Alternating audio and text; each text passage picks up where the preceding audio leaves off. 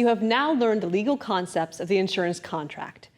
Let's review some of the key areas from this section that will help you prepare to pass. Insurance contract. Insurance policies are legal contracts. Contract law defines a contract as a legally binding agreement between two or more parties where a promise of benefits is exchanged for a consideration. In order for an insurance contract to be legally binding, it must have four essential elements: offer and acceptance, consideration, legal purpose, and competent parties. Offer and acceptance. An offer is made when the applicant submits an application for insurance to the insurance company. The offer is accepted after it has been approved by the insurance company's underwriters. Consideration. A consideration is something of value that each party gives to the other. The consideration on the part of the insured is the payment of premium.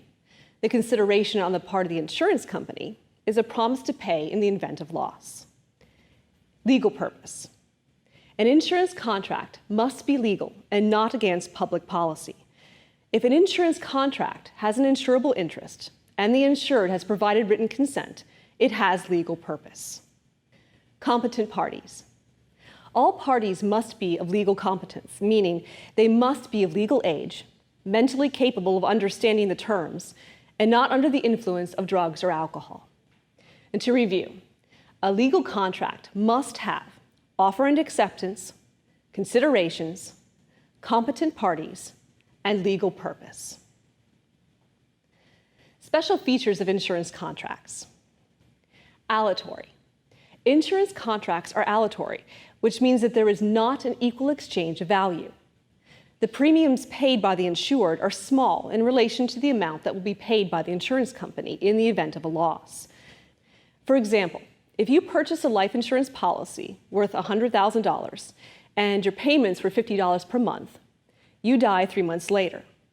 You have only paid the insurance company $150, but they will give your beneficiary $100,000. Adhesion. Adhesion is also known as take it or leave it agreements because they're prepared by only one party, the insurance company. They are accepted or rejected by the other party, the applicant, with no negotiations or changes. Unilateral. A unilateral contract is a one-sided agreement in which only one party, the insurance company, is legally bound to do anything.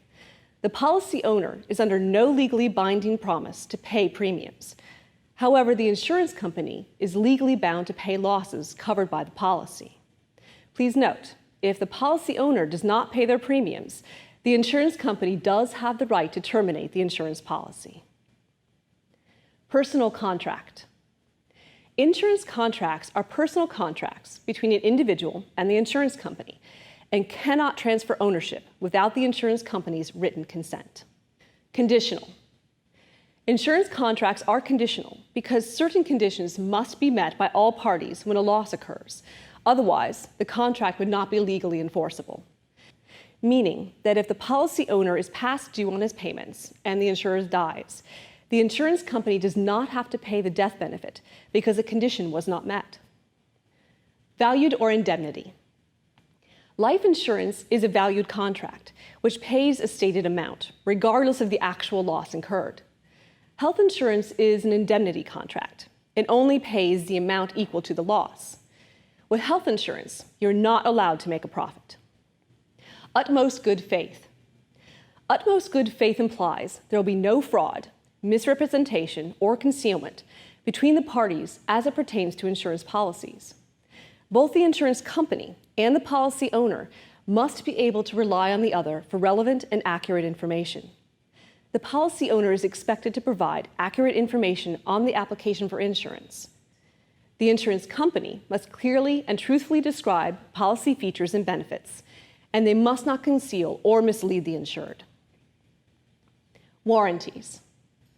Warranties are statements that are guaranteed to be true and are part of the legal contract.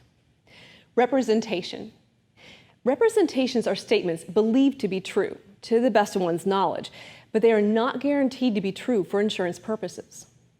Representations are the answers the applicant for insurance gives to the questions on the insurance application.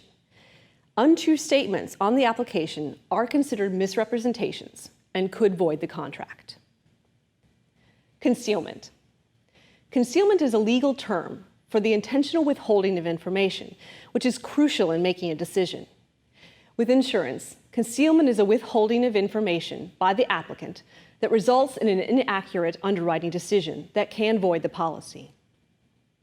Insurable interest. Insurable interest is the most important aspect for establishing a legal insurance contract. To purchase insurance, the policy owner must face the possibility of losing money or something of value when a loss happens. This is called insurable interest. In life insurance, insurable interest must exist between the policy owner and the person being insured at the time of the application. Please note that insurable interest only needs to exist at the time of the original application, but does not need to exist throughout the remainder of the policy. Now let's learn about the agent's authority. An agent is a licensed insurance producer who's been appointed to represent an insurance company. As representative of the insurer, agents are given certain authority to perform acts on behalf of the insurance company. In the insurance business, an agent is always considered to be acting on behalf of the insurance company, also referred to as the principal. There are 3 types of agent authority. Express.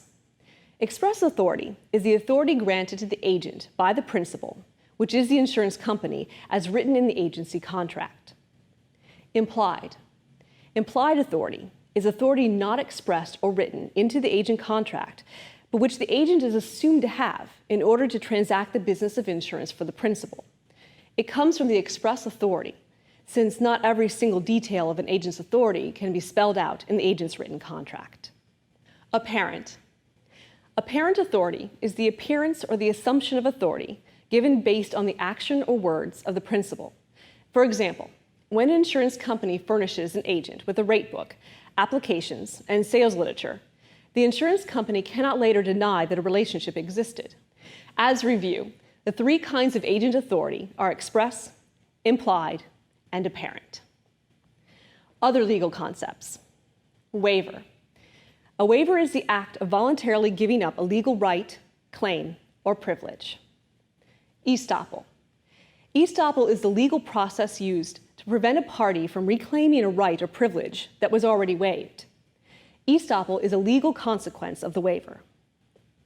Parole evidence rule. The parole evidence rule prevents parties from changing the meaning of a written contract by trying to introduce oral or written statements made before the formation of the contract. Fully understanding these key topics are essential as you prepare to pass.